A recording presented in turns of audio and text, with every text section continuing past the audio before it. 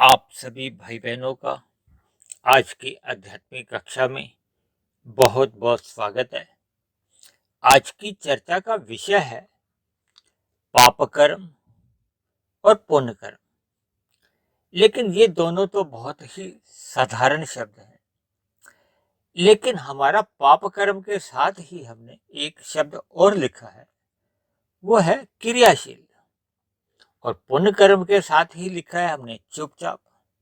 देखिए, ये भी दो शब्द एक सामान्य शब्द है, लेकिन यहाँ पे किस संदर्भ में मैंने इन शब्दों का प्रयोग किया है, यानी पाप कर्म के साथ मैंने क्रियाशील शब्द जोड़ा है और पुण्य कर्म के साथ मैंने चुपचाप एक शब्द जोड़ा है। इन शब्दों को जोड़ने के पीछे एक मेरा उद्देश्य है कि एक साधारण मनुष्य कभी कभी भ्रमित हो जाता है कि एक मनुष्य पाप तो बहुत करता जा रहा है, लेकिन उसका जो जीवन है वो तो बहुत ही सुखमय है। जबकि दूसरा मनुष्य अपने जीवन में परमात्मा के शास्त्रों के अनुसार चल रहा है, परमात्मा की आज्ञा अनुसार अपना जीवन व्यतीत कर रहा है, पुण्य कर्म भी करता है, लेकिन उसका जीवन तो बहुत ही दुखमय बीत रहा है। ऐसी स्थिति में ज्ञान के अभाव में एक साधारण मनुष्य परमात्मा के न्याय पर मन ही मन प्रश्न चिन्ह लगा देता है। जबकि हम अपने एक साधारण नियम को भी भूल जाते हैं, क्योंकि संसार में भी अक्सर ऐसा देखा जाता है कि एक मनुष्य अन्याय कब करता है, यानी न्याय से दूर हो जाता है, अन्याय करता है, जब वो किसी बात पे पक्षपात करता है। और पक्षपात क्यों करता है? जब उसको किसी लाभ की इच्छा रहती है। अब अगर आप परमात्मा के संदर्भ में सोचें, क्योंकि परमात्मा तो इस सृष्टि का एक सर्वशक्तिमान शक्ति है। परमात्मा को तो ये प्रकृति के भोगों की कोई आवश्यकता नहीं, क्योंकि परमात्मा तो एक परम आत्मा है, जबकि आप और हम एक साधारण आत्माएं हैं। परमात्मा का परम आत्मा शब्द इसीलिए तो कहा जाता है परमात्मा। परमात्मा का आप संधि विच्छेद करते हो तो परम आत्मा, परम शब्द केवल एक सत्ता के लिए कहा जाता है, जबकि आत्मा तो अनंत है। मैं भी एक आत्मा हूँ, आप सब भाई बहन भी आत्मा हैं। ऐसे ही 84 लाख जोनियों के अनंत जीव जो हम अपने घरों के आसपास देखते ही रहते हैं, वो भी सभी आत्मा हैं। यानी आत्मा तो अनंत है, भले ही आत्मा भी चेतन है, लेकिन परमात्मा के समान परम चेतन नहीं है। परमात्मा के लिए ही एक शब्द कहा जाता है सच्चिदानंद, यानी कि परमात्मा तो एक अनंत स्वरूप है। परमात्मा को लिए ही सच्चिदानंद कहा जाता है, जबकि आत्मा के लिए नहीं कहा जाता। भले ही आत्मा चेतन है, ज्ञानवान है, नित्य है, क्योंकि ज्ञान तो नित्य बना रहता है। जबकि तीसरा जो एक तत्व है माया, जहां से ये जो सुख दुख एक अनुकूल प्रतिकूल परिस्थितियों के रूप में हमारे जीवन में आते हैं, उनका आधार हमारे आपके किए गए कर्म होते हैं। और शास्त्रों में कहा गया है कि इन 84 लाख जोनियों में केवल और केवल मनुष्य जोनि में ही मनुष्य सकाम भाव से जितने भी कर्म करता है, चाहे वो पाप कर्म है चाहे वो पुण्य कर्म है, उनका एक निश्चित समय के बाद उनका एक फल आता है। फल क्या है? सुख और दुख। जिसको देखकर आज हम ये जो एक वीडियो को अपनी चर्चा का विषय बनाया है, क्योंकि जब हम अपने एक साधारण जीवन में देखते हैं कि कुछ मनुष्य सुखी जीवन व्यतीत कर रहे हैं, कुछ मनुष्य दुखी जीवन व्यतीत कर रहे हैं। ये अलग बात है कि सुखी जीवन व्यतीत करने वाले भी अपने आप में दुखी होते हैं। कोई कम दुखी है, कोई अधिक दुखी है, कोई कम सुखी है, कोई अधिक सुखी है। ये सभी कर्मों के आधार पर सुख दुख मिलते हैं, लेकिन फिर भी इस भौतिक प्रकृति में आनंद नहीं है। आनंद केवल और केवल परमात्मा का गुण है। आनंद का अर्थ लिया जाता है परम सुख से, यानी दुख रहित सुख की स्थिति का नाम ही आनंद है। जबकि इस भौतिक जगत में हम जितने भी सुख भोगते हैं वो मिश्रित होते हैं, उनमें दुख शामिल होता है। ये अलग बात है कि सुख भोगते समय हमें उसका दुख का बोध नहीं रहता। जैसे एक सिक्के के दो पहलू होते, जैसे ही हम सिक्के को उठाते हैं तो हमें एक ही उसका पहलू नजर आता है, यानी कि सुख नजर आता है, जबकि उस सिक्के के पीछे ही एक उसका दूसरा पहलू है। जैसे ही हम सुख को चखते हैं, यानी उस सिक्के को उठाते हैं, तो जो उसका दूसरा भाग है वो भी साथ में चला आता है, यानी कि सुख को भोगने के साथ ही दुख देर सवेर कभी ना कभी मनुष्य को भोगना ही पड़ता है। ये अलग बात है कि किसी में सुख की मात्रा अधिक होती है, दुख कम होता है। ऐसा इसलिए होता है क्योंकि ये संपूर्ण प्रकृति त्रिगुणात्मक है। यहाँ तीन श्रेणियों के ये गुण आप कह सकते हो, तमोगुण, रजोगुण और सतोगुण। है ये तीनों गुण माया के, यानी प्रकृति के, और प्रकृति को शास्त्रों में जड़ कहा गया, यानी प्रकृति अपने आप में कोई चेतन सत्ता नहीं है। चेतन सत्ता केवल दो ही है, आत्मा और परमात्मा। प्रकृति को केवल जड़ कहा जाता है और प्रकृति के तीन गुण हैं, तमोगुण, रजोगुण और सतोगुण। तमोगुण से 10 गुना अच्छा रजोगुण कहा जाता है, रजोगुण से भी 10 गुना अच्छा सतोगुण कहा जाता है। ये तो शास्त्रों में बार बार इस बात का उल्लेख आता है और हमारी चर्चाओं में तो लगभग इनकी चर्चाएं आती ही रहती हैं। इसी तरह आपके हमारे जो शरीर है वो भी तीन है। एक व्यवहार में हम जो देखते हैं वो तो स्थूल शरीर से ही हमारा एक व्यवहार चलता है। आप मुझे देख रहे हो, मैं आपको देख रहा हूँ, तो ये स्थूल शरीर से ही हमारा आपका व्यवहार चलता है। परिवार में, गली मोहल्ले में, या अपने देश में भी, या हम व्यवसाय करते हैं, या जितनी भी हमारी दिनचर्या में जो व्यवहार चलता है वो स्थूल शरीर के आधार पर ही चलता है। और मनुष्य का 90% जीवन ये स्थूल शरीर के ऊपर ही चलता है, क्योंकि मनुष्य ज्ञान के अभाव में स्थूल शरीर को ही महत्व देता है, जबकि हमारे भीतर में एक सूक्ष्म शरीर है और एक कारण शरीर है। इनको साधारण मनुष्य महत्व नहीं देता। महत्व इसलिए नहीं देता क्योंकि इनकी जानकारी ही नहीं। एक साधारण मनुष्य अपने विषय भोगों के लिए केवल स्थूल शरीर को ही महत्व देता है, क्योंकि स्थूल शरीर के ही हमारे जो मूलभूत जो कारण है वो आपके हमारे विषय भोगी होते हैं, जिनसे आपका हमारा जो स्थूल शरीर बना है उसके जो सूक्ष्म कारण है वो आपके हमारे विषय भोग ही है। ये विषय भोग भी 5 हैं, गंध, रस, रूप, स्पर्श और शब्द। इन्हीं तत्वों का ही आपका हमारा शरीर बना है, जो पृथ्वी, जल, अग्नि, वायु, आकाश का है। ऐसा नियम है कि कार्य सदा ही अपने कारण से एक व्यवस्थित रहता है, संबंधित रहता है, उसी की ओर आकर्षित रहता है। इसीलिए आपके हमारे जो एक स्थूल शरीर है ये इन 5 विषय भोगों की ओर सहज ही आकर्षित रहते हैं। ये क्योंकि विषय भोग भी तमोगुणी है और आपके हमारे शरीर भी तमोगुणी है। और अभी हमने आपको तमोगुण की एक स्थिति बता दी कि तमोगुण से तो 10 गुना अच्छा रजोगुण है। तमोगुण में प्रकृति के ये सभी पदार्थ गिने जाते हैं। संक्षेप में आपका हमारा जो शरीर है ये भी एक पदार्थ ही है, 5 पदार्थों से बना है। इसको आप एक पदार्थ का ही सम्मिश्रण समझो। इसीलिए सभी के सभी पदार्थ तामसी कहे जाते हैं। तामसी या तामस ये प्रकृति का एक निकृष्ट एक गुण है। इससे 10 गुना अच्छा तो रजोगुण है। जब इन पदार्थों में एक क्रिया होती है तो उसका एक नया रूप आता है। ये रजोगुण क्रिया में संबंध रखता है और जबकि सतोगुण ज्ञान की स्थिति बताता है, प्रकाश की स्थिति बताता है। जब जब आपकी हमारी क्रियाएं, या संक्षेप में आप कर्म भी समझ सकते हो, जब जब हमारी आपकी क्रियाएं या कर्म ज्ञान के अभाव में चलती हैं। देखिए, आपके घर में आपकी गृहिणी जो खाना बनाती है, यदि उसको दाल सब्जी बनाने का या रोटी बनाने का ज्ञान ही नहीं है, जैसा कि एक पुरुषों को उतना ज्ञान नहीं होता, इसीलिए उनके द्वारा दाल रोटी जब भी बनती है तो वो आधी अधूरी बनती है, यानी कि उनमें स्वाद नहीं होता।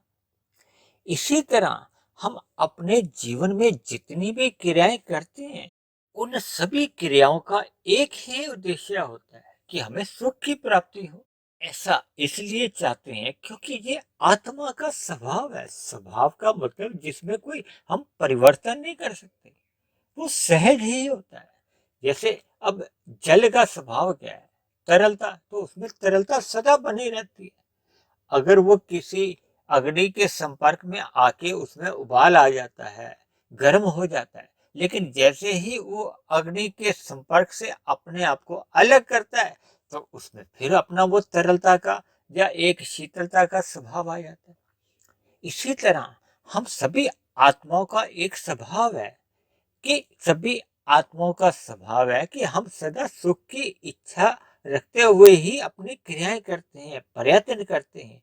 दुख के लिए कोई भी मनुष्य या कोई भी जीव प्रयत्न नहीं करता, चाहे वो चिड़िया हो, तोता हो, किसी भी प्रकार का पशु हो या कोई भी जीव हो, मच्छर हो, मक्खी हो, चींटी हो, किसी भी प्रकार का जीव हो, यानी जिसमें भी आत्मा होती है, सभी आत्माओं का एक स्वभाव है, वो अपने अपने बुद्धि के स्तर पे सुख की ही इच्छा करते हैं।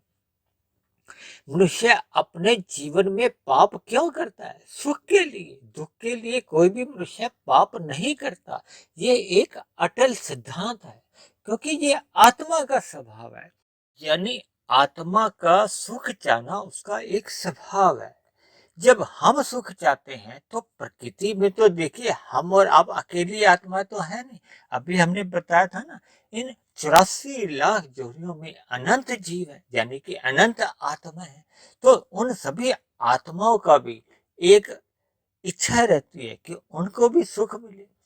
यदि हम अपने गली मोहल्ले में एक कबूतर को देखते हैं तो कबूतर भी चाहता है कि मुझे सुख मिले। एक गाय को देखते हैं तो गाय भी चाहती है कि उसको सुख मिले। एक कुत्ते को देखते हैं तो कुत्ता भी चाहता है मुझे सुख मिले। और इसी तरह देखिए, आप और हम तो मनुष्य योनि में है, तो मनुष्य योनि के जो अन्य जीव हैं, यानी कि अन्य मनुष्य हैं, वो भी तो सुख चाहते हैं। यानी कि सुख चाहना हम सभी आत्माओं का एक स्वभाव है। तो परमात्मा ने एक व्यवस्था बना रखी है कि सभी जीव अपने अपने कर्मों को इस प्रकार से करें कि सभी जीव अपने अपने सुख को तो सुनिश्चित कर सकते हैं, लेकिन अन्य जीवों को वो अपने सुख के लिए दुख में नहीं डाले, पीड़ा में नहीं डाले, कष्ट नहीं दे।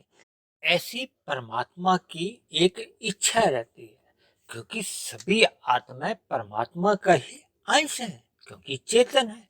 और कहीं कहीं तो शास्त्रों में ऐसा भी कहा जाता है कि हम सभी आत्माएं, चाहे वो पक्षी की है, चाहे पशु की है, चाहे इंसान की है, सभी आत्माएं परमात्मा के ही अंश मानी जाती हैं, बाल बच्चे मानी जाती हैं। तो कोई भी माता पिता ये नहीं चाहता कि उसका एक पुत्र दूसरी पुत्री को दुखी करे, या एक संतान दूसरी संतान के साथ धोखाधड़ी करे। इसीलिए परमात्मा ने एक न्याय व्यवस्था बनाए रखने के लिए ये एक कर्म फल सिद्धांत बना रखे। जैसे हम संसार में देखते हैं ना कि ये अदालतें बनी हैं, न्यायालय बने हुए हैं। अभी कुछ दिन पहले तो हमने इसी पे ही एक सत्संग भी किया था। यानी कि ये जितनी भी अदालतें बनी होती हैं, ये आप और हम सभी मनुष्यों के न्याय के लिए होती है। जब जब एक मनुष्य दूसरे मनुष्य के साथ छल कपट, ठगी, हेरा फेरी, हत्या जैसे अपराध करता है, चोरी डकैती करता है, तो फिर न्यायालय उसका पक्ष लेती है, यानी कि उस दोषी को फिर सजा देती है। यही एक कर फल सिद्धांत है। यहीं से ही एक हमारे आपके जो पाप पुण्य कर्मों की एक शुरुआत होती है। मनुष्य अपने जीवन में प्रकृति के इन 3 गुणों का संग करता हुआ सकाम भाव से कुछ कर्म करने लगता है। देखिए, जब जब मनुष्य सतोगुण में रहकर कर्म करता है तो उसके कर्म बहुत ही न्याय संगत होती हैं। ऐसे मनुष्य फिर ज्ञानमय स्थिति में रहते हैं। ऐसे मनुष्य ज्ञानमय स्थिति में रहने के कारण पहले अन्य मनुष्यों का कल्याण करते हैं, यानी अन्य मनुष्यों को पहले सुख मिले उसकी इच्छा उनमें बनी रहती है। परमात्मा के ज्ञान में रहते हैं, शास्त्रों के अनुसार अपना जीवन व्यतीत करते हैं, तब वो अपने सुख की भी इच्छा रखते हैं। ऐसे सभी कर्म सत्वगुणी माने जाते हैं। इसी तरह कुछ कर्म रजोगुण में रह के किए जाते हैं। रजोगुण में मनुष्य का ज्ञान धुंधला होता है, उसको स्वयं के सुखों की चिंता होती है या ज्यादा से ज्यादा अपने परिवार के सदस्यों के सुखों की चिंता होती है। भले ही रजोगुण में रहता हुआ मनुष्य अन्य जीवों को दुख नहीं देता, यानी कि अपने सुख के लिए भी वो धर्मानुसार ही कर्म करता है, लेकिन फिर भी शास्त्रों के कथनानुसार रजोगुणी कर्म और सतोगुणी कर्म ये दोनों ही पुण्य श्रेणी में आ जाते हैं। भले ही इन दोनों में सतोगुणी कर्म अधिक अच्छे माने जाते हैं, लेकिन रजोगुण में रहते हुए भी वो पाप कर्मों से तो बचा ही रहता है। लेकिन जब मनुष्य अपने सुख के लिए प्रकृति के किसी मनुष्य को या अन्य 84 लाख के किसी भी जीव को अगर वो दुख देता है, या दूसरे आसान शब्दों में शास्त्रों में जिन जिन कर्म करने की मनाही की गई है, यानी कि जिन जिन कर्मों को पाप श्रेणी में रखा गया, ऐसे कर्म करने पे फिर वो सभी कर्म हमारे पाप कर्म मान लिए जाते हैं। ऐसे सभी कर्म हमें तमोगुण में गिराते हैं, जिसके फलस्वरूप हमारा आपका जो एक कर्मों का या पाप पुण्य कर्मों का एक कर्माशय बनने लगता है। देखिए, कर्म 3 प्रकार के होते हैं। प्रथम श्रेणी के कर्म गिने जाते हैं क्रियामान कर्म, जो आप और हम अपने वर्तमान जीवन में हर क्षण करते ही रहते हैं। और इन क्रियामान कर्मों का कुछ का फल तो साथ के साथ ही आता रहता है। जैसे हम कुछ भोजन कर रहे हैं, बुरुश कर रहे हैं, तो ये लगभग उसी समय ही हमें इनके फल मिलते रहते हैं। इनका अन्य जीवों पे भी कोई विशेष प्रभाव नहीं पड़ता, इसलिए ये लगभग ये क्रियाएं ही समझी जाती हैं। ये कर्म बन ही नहीं पाते, क्योंकि कर्म तो उसी स्थिति में बनते हैं जब हमारी किसी भी क्रिया द्वारा अन्य जीवों पर अनुकूल प्रभाव पड़ता है तो हमारे पुण्य कर्म गिने जाते हैं। यदि उन पर प्रतिकूल प्रभाव पड़ जाता है तो हमारे पाप कर्म गिन लिए जाते हैं। तो ऐसे कुछ कर्म जो हमारे वर्तमान जीवन में ही इनका फल आ जाता है, वो कर्म तो फिर हमारे इसी जन्म में ही समाप्त समझे जाते हैं। लेकिन सभी कर्मों का फल तो इसी जीवन में हमें मिल नहीं पाता, क्योंकि कर्म और फल के बीच में एक समय का अंतराल होता है। और कर्म का तो सिद्धांत है, जब तक उसका फल नहीं भोगा जाता तो कर्म अपने आप में समाप्त नहीं होता। यानी मरने पे हमारे ऐसे सभी कर्म किसी अन्य श्रेणी में चले जाते हैं। उस श्रेणी का नाम ही संचित कर्म है। उस संचित कर्म में अनेकों मनुष्य योनि के किए गए पाप और पुण्य कर्मों का एक पुंज बनता जाता है, कर्माशय बनता जाता है। क्योंकि वर्तमान जीवन में हम जैसे भी ये पाप और पुण्य कर्म करते हैं सकाम भाव से, ऐसे सभी कर्मों का एक बहुत ही बड़ा कर्माशय बन जाता है। और जो भी कर्माशय बन जाता है उसको संचित कहते हैं। संचित का मतलब, जैसे आप बैंकों में भी संचित खाते खुल जाते हैं ना, जो हम उसमें कुछ कुछ जोड़ते रहते हैं, जमा करते रहते हैं पैसे, यानी कि ऐसे ही हमारे कर्म भी उस संचित में चले जाते हैं। इसी तरह हम सभी मनुष्य जन्म के साथ ही एक भाग्य लेके आते हैं। भाग्य को ही प्रारब्ध कहते हैं। प्रारब्ध में ही जाति, आयु और भोग होते हैं। जाति तो हमें जन्म से ही मिल जाती है, जैसे मनुष्य जो नहीं मिल गई, ऐसे ही आयु हम लेके आते हैं। वैसे तो शास्त्रों में कहा गया कि हम निश्चित एक सांसें लेके आते हैं, और भोग में सुख और दुख दोनों चीजें गिनी जाती हैं। यानी कि भोग में आपको हमें जो भी अनुकूल प्रतिकूल परिस्थितियां जीवन में मिलती हैं, जीवन में मिलने वाली अनुकूल परिस्थितियों को ही सुख समझा जाता है और प्रतिकूल परिस्थितियों को ही दुख का नाम दिया जाता है। देखिए, ये प्रारब्ध केवल मनुष्य ही नहीं लेके आते, ये मनुष्य से अलावा की भी जितनी जोनियां हैं, पशु पक्षी कीड़े मकोड़े, ये भी अपना एक प्रारब्ध ही भोगते हैं। ये अलग बात है कि मनुष्य से नीचे की जितनी भी जोनियां हैं, वे तो अपने पाप कर्मों का ही फल भोगते हैं। भले ही उनके जीवन में भी कुछ अनुकूल परिस्थितियां, यानी कि उनके स्थूल शरीर की आवश्यकताओं की पूर्ति के लिए कुछ कुछ ऐसी स्थितियां उनको मिलती हैं, लेकिन मूल रूप से वो अपने दुख ही भोगते हैं।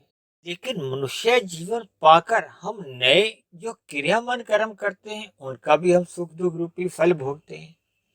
और जो पहले के मनुष्य योनि में जो हम कर्म कर चुके थे, उनका भी हम प्रारब्ध या भाग्य लेके आते हैं।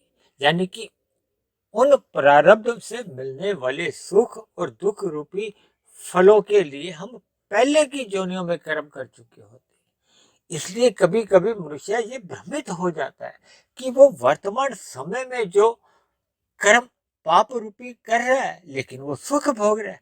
तो इसका मतलब ये है कि वो जो सुख भोग रहा है, वो पुराने मनुष्य योनि में किए गए पुण्य कर्मों का भोग है। क्योंकि शास्त्रों में ऐसा उल्लेख भी मिलता है, ये जो धर्म अर्थ काम मोक्ष चार जो पुरुषार्थ कहे जाते हैं, इनमें अर्थ और काम जो पुरुषार्थ हैं, इसमें हम जीवन में जितने भी कामनाएं या हमें धन की प्राप्ति होती है, इनमें भाग्य की प्रधानता अधिक होती है। यानी कि पूर्व जन्म में हमने जैसे जैसे कर्म किए होते हैं, उनके कारण हमें ये धन की प्राप्ति कह लो या सुख सुविधाओं की जो प्राप्ति है, अच्छा शरीर मिलना, यानी विभिन्न प्रकार की जो सुख की परिस्थितियां हमें जीवन में मिलती है ना, और जो जीवन में हमारी भोग इच्छाएं पूरी होती हैं, इनमें प्रारब्ध की प्रधानता होती है। यानी पूर्व मनुष्य योनि में जो हमने कर्म किए थे, वो अब पक कर सामने आ रहे हैं। या आप ये भी कह लो कि हम प्रारब्ध में या भाग्य में वो लेकर आए हैं। तो इसलिए ऐसे सुख रूपी फलों को हम अन्य मनुष्यों के जीवन में भी भोगते हुए देखते हैं। तब ऐसी स्थिति में एक नया मनुष्य है, यानी कि दूसरे मनुष्य भ्रमित की स्थिति में चले जाते हैं, क्योंकि वो अन्य मनुष्यों के जीवन में वर्तमान समय में तो पाप कर्म करते हुए अधिक देखते हैं। तो इसलिए एक साधारण मनुष्य को ऐसी स्थितियों से भ्रमित नहीं होना चाहिए, क्योंकि हमारे जीवन में जितने भी जो भोग मिलते हैं, उसमें प्रारब्ध की ही प्रधानता होती है। इसीलिए शास्त्रों में ये भी कहा जाता है कि स्त्री पुत्र यानी परिवार, भोजन, धन, संपदा, इन पर संतोष करना चाहिए। यानी जो भी हमें मिल जाता है, कभी कभी क्या होता है कि हम नया प्रसाद तो बहुत अधिक करते हैं, यानी कि हम नया प्रसाद 5,000 का करते हैं, लेकिन हमें फल केवल आता है 700 रुपये। तो ऐसे में 4,300 का जो फल उड़ जाता है या समाप्त हो जाता है, वो हमारे पुराने किए गए पाप रूपी कर्म में एडजस्ट हो जाता है, वो उसमें चले जाता है। इसी तरह कभी कभी क्या होता है कि हम मेहनत तो 200 रुपये की करते हैं और हमें फल आ जाता है 2,000। तो ऐसे में जो 1,800 रुपये का जो अतिरिक्त फल भोग रूप में हमें मिल जाता है, वो हमें पूर्व की जो एक पुण्य कर्मों का लाभ मिलना होता है, उसमें के द्वारा आ जाता है। यानी इन स्थितियों को हमें अपने जीवन में इस प्रकार से समझना चाहिए। इसी तरह हम मनुष्य योनि को क्योंकि कर्म योनि भी कहा गया और साधना योनि भी कहा गया, इसलिए हम अपने जीवन में धर्म और मोक्ष के प्रति, यानी कि परमात्मा की प्राप्ति के लिए हम जितनी भी साधना करते हैं, इस साधना में नए पुरुषार्थ की प्रधानता बनी रहती है। यानी कि वर्तमान समय में हम जितनी भी इस दिशा में पुरुषार्थ करते हैं, परिश्रम करते हैं, उससे हमारा जीवन ही बदल सकता है। इसीलिए तो मनुष्य योनि को कर्म योनि के साथ साथ साधना योनि कहा गया। तो इस पुरुषार्थ के लिए प्रारब्ध एक गौण स्थिति में मददगार होता है।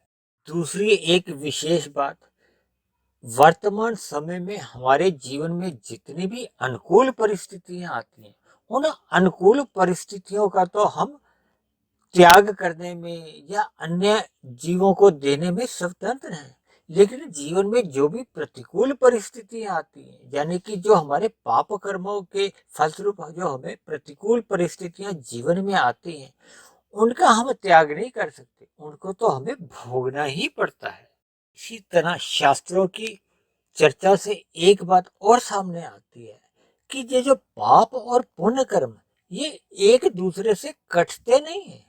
यानी कि अगर हम पुण्य कर्म अधिक कर जाते हैं तो उससे हमारे पाप कर्मों का कर्मशः कम नहीं होता। यानी कि पाप कर्म अपने एक अलग दिशा में चलते हैं और पुण्य कर्म एक अलग दिशा में चलते हैं। यानी कि पुण्य कर्मों का तो मनुष्य त्याग कर सकता है, जैसा कि अभी कहा था, लेकिन पाप कर्मों का तो, क्योंकि वो शास्त्रों के विरुद्ध हमने कर्म किए होते हैं, इसलिए उनका एक दंड रूप में हमें एक दुख रूपी परिस्थितियों का हमें सामना करना ही होता है। यानी कि मनुष्य अपने जीवन में पाप रूपी कर्मों के फल को भोगना ही पड़ता है। ये अलग बात है कि मनुष्य धर्म मार्ग पर चलता हुआ आध्यात्मिक यात्रा करते करते जैसे जैसे अपने कारण शरीर में संस्कारों को क्षीण करता जाता है, क्योंकि आपके हमारा जितना भी जो कर्माशय फल देता है, वो तभी अपना प्रभाव दिखा पाता है जब हमारे संस्कार भी हों। यदि हमारे संस्कार समाप्त होते जा रहे हैं तो फिर ऐसी स्थिति में जो पाप रूपी कर्म हो चाहे पुण्य रूपी कर्म हो, फिर वो अपना प्रभाव नहीं दिखा पाते। यानी कि उनको अपना फल देने के लिए वैसे ही प्रवृत्ति के संस्कार भी होने आवश्यक होते हैं। और मनुष्य साधना करते करते, यानी कि परमात्मा के मार्ग पर चलते चलते, वो अपने जो बुरे संस्कार हैं उनको समाप्त कर देता है। जब वो बुरे संस्कार समाप्त हो जाते हैं तो फिर ऐसे में पाप कर्मों का जो एक फल है वो मनुष्य को दुखी नहीं कर पाता, क्योंकि ये जो सुख और दुख जितने भी हैं, ये परिस्थिति के रूप में आपके हमारे सामने आते हैं। ये हमें भोगने पे बाध्य नहीं कर पाते। यदि मनुष्य अपने संस्कारों को ही क्षीण कर देता है तो फिर ये सुख दुख रूपी फल आते तो अवश्य हैं, क्योंकि कर्मों का सिद्धांत है, लेकिन वो हमें उतने अंश में फिर प्रभावित नहीं कर पाते। दूसरी एक विशेष बात, जब जब पाप कर्म क्रियाशील होते हैं, यानी कि वे अपना प्रभाव दिखा रहे होते हैं, यानी कि हमारे जीवन में प्रतिकूल परिस्थितियां आ चुकी होती हैं, ऐसे में उस मनुष्य के जीवन में पुण्य कर्मों का कोई भी फल जो आना अभी शेष होता है, वो उसको रोक दिया जाता है। यानी कि ऐसी स्थिति में जब पाप कर्म अपने क्रियाशील होते हैं, अपना प्रभाव करके मनुष्य को दुखी कर रहे होते हैं, तब ऐसे में पुण्य कर्म अपने प्रभावहीन स्थिति में रहते हैं। या दूसरे एक सामान्य अर्थों में आप यूं भी समझ सकते हो कि ऐसी स्थिति में पुण्य कर्मों का फल चुपचाप एक इंतजार की स्थिति में रहता है, कि यानी वो अपने समय आने का इंतजार करता है, तब तक वो उन दुख की स्थितियों को बाधित नहीं करता। इसी तरह जब हमारे जीवन में पुण्य रूपी कर्म क्रियाशील होते हैं तो हमारे जीवन में बहुत ही अनुकूल परिस्थितियां होती हैं। दाएं बाएं सभी तरफ से हमें सुख ही सुखों की प्रतीति होती है। तब ऐसी परिस्थितियों में जो हमारे पाप कर्म चुपचाप शिथिल बने रहते हैं, यानी कि जब वो देखते हैं कि पुण्य कर्मों की क्रियाशीलता अब समाप्त होती जा रही है या निम्न स्तर पे आ गई है, तब फिर पुनः वो पाप कर्म अपना प्रभाव दिखाना आरंभ कर देते हैं। क्योंकि देखिए, ये जो पाप और पुण्य कर्म, ये दोनों ही परिस्थितियां लेके आते हैं। इन परिस्थितियों का उद्देश्य ही यही होता है कि मनुष्य अपने किए गए कर्मों का फल भोग सके, इसलिए ये एक दूसरे को बाधित नहीं करते। देखिए, ये सभी बातें बहुत ही सूक्ष्म स्तर पर होती है। इन पर थोड़ा चिंतन जैसे आप अपने व्यवहार में करोगे ना, तो इन परिस्थितियों से फिर आप उतने उतने अनुपात में अवगत होते जाओगे, समझ आनी शुरू हो जाएगी। क्योंकि कर्मों की तो बारीकियां बहुत ही सूक्ष्म रहती हैं। शास्त्रों में ऐसा भी कहा गया है कि मनुष्य इन कर्मों से भी ऊपर उठकर अपने संस्कारों की ओर यदि अधिक गंभीर होता जाता है, तो फिर ये जो कर्म है, चाहे वो पुण्य कर्म है चाहे वो पाप कर्म है, देखिए पुण्य कर्मों का तो मैंने कहा ना हम त्याग कर सकते हैं, जबकि दुख रूपी फलों का तो हम त्याग नहीं कर सकते। इसलिए हमारे जीवन को मुख्य रूप से जो बाधा देते हैं, ये प्रतिकूल परिस्थितियां ही देती हैं। लेकिन परमात्मा का उद्देश्य हमें दंड देना नहीं होता। परमात्मा का जो एक परम उद्देश्य होता है हमारे जीवन में सुधार लाना। यदि हम इन पाप और पुण्य दोनों ही स्थितियों से अपने आप को ऊपर उठाकर परमात्मा की साधना में लगा देते हैं और अपने कारण शरीर में जो हमारे बुरे संस्कार होते हैं उनको हम दग्ध बीज करना आरंभ कर देते हैं, तब ऐसे में ये जो पाप रूपी जो प्रतिकूल परिस्थितियों के जो फल हैं यानी दुख रूपी फल, फिर ये अपने आप ही प्रभावहीन होने लगते हैं। मैंने आपको बताया था ना अभी कि जैसे जैसे हमारे संस्कार कमजोर होने लगते हैं, ये अगर ये दग्ध बीज हो जाते हैं, तो फिर ये प्रतिकूल परिस्थितियों के जो दुख रूपी फल हैं ये 100% ही प्रभावहीन हो जाते हैं। यानी कि मनुष्य इन पाप पुण्य कर्मों से बहुत ही ऊंचा उठ सकता है, क्योंकि मनुष्य जोनि साधना जोनि भी है। और यदि मनुष्य साधना करके इन बुरे संस्कारों को समाप्त ही नहीं कर सकता, तो तब फिर ऐसे में मनुष्य योनि का तो फिर कोई लाभ ही नहीं है, क्योंकि कर्म तो इतने अधिक हैं कि हम कभी भी इनको भोग भोग पे भी समाप्त नहीं कर सकते और उसी दौरान हमारे नए कर्म भी होते रहते हैं। तो फिर ऐसे में मनुष्य का मोक्ष की प्राप्ति हो या मुक्ति का जो एक आनंद है वो तो फिर प्राप्त हो ही नहीं सकता। इसीलिए शास्त्रों में कहा गया है कि जब मनुष्य अपने कारण शरीर में जो बुरे संस्कारों को कहो या क्लिष्ट संस्कारों को, जो क्लेश युक्त है, अज्ञानता पूर्ण है, इन संस्कारों को मनुष्य यदि दग्ध बीज कर देता है, तो फिर मनुष्य का जो कर्माशय में जितने भी पाप पूर्ण कर्मों का जो अभी फल आना शेष होता है, यानी संचित कर्मों का भी जितना भी कर्माशय होता है वो भोग लिया ही समझा जाता है, यानी कि वो अपने आप में ही निष्क्रिय मान लिया जाता है। तब ऐसे में स्थूल शरीर के मरने पे, क्योंकि अब संस्कार समाप्त होने पे उसका कारण शरीर समाप्त हो जाता है, जब कारण शरीर ही समाप्त हो जाता है तो सूक्ष्म शरीर अपने आप में ही समाप्त माना जाता है। तब ऐसे में जैसे ही स्थूल शरीर की मृत्यु होती है, तब मनुष्य का नए जन्म का कोई कारण नहीं बचता। तब ऐसे में आत्मा परमात्मा के साथ मुक्ति काल में चली जाती है, आनंदमय स्थिति में रहती है। ऐसी स्थितियां मनुष्य के जीवन में तभी ही बन पाती है जब सर्वप्रथम मनुष्य पाप कर्मों से अपनी पूरी दूरी बना लेता है, यानी कि पाप कर्मों से 100% अपने आप को बचाता है। ये तभी संभव हो पाता है जब मनुष्य अपना जीवन को सत्संग में लगाता है, ज्ञानमय स्थिति में रहता है, यानी परमात्मा की और उसकी सम्मुखता 100% श्रद्धा पूर्वक होने लगती है। तब ऐसे में जो उसका रजोगुनी कर्म है वो भी स्थूल शरीर की आवश्यकताओं के अनुसार मर्यादा में ही रहती है। शास्त्रों में कहा गया जब जब हम सकाम भाव से केवल स्थूल शरीर की आवश्यकताओं के लिए ही कर्म करते हैं, तो वो भी एक निष्काम कर्म के बराबर ही माने जाते हैं, यानी कि ऐसे कर्मों का भी कोई कर्माशय नहीं बनता। इसलिए मेरी आप सभी भाई बहनों से विनती है कि पाप कर्मों से बचने के लिए और परमात्मा की साधना करने के लिए अपने जीवन को सदा ही सत्संग में लगाना चाहिए, यानी ज्ञानमय स्थिति में अपने आप को स्थित कर लेना चाहिए, ताकि आपकी हमारी आध्यात्मिक यात्रा इस मिले हुए मनुष्य योनि में आरंभ हो और हम इस आध्यात्मिक यात्रा में जितने आगे बढ़ सकते हैं मनुष्य को बढ़ जाना चाहिए।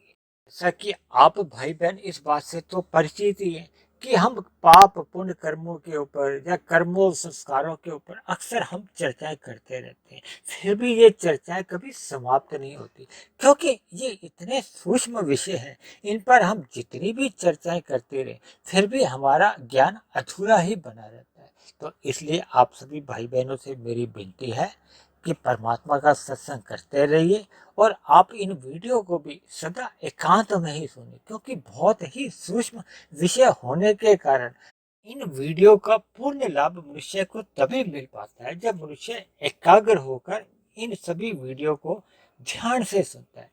इन्हीं शब्दों के साथ अब आज की चर्चा को अब हम यही विश्राम देते हैं।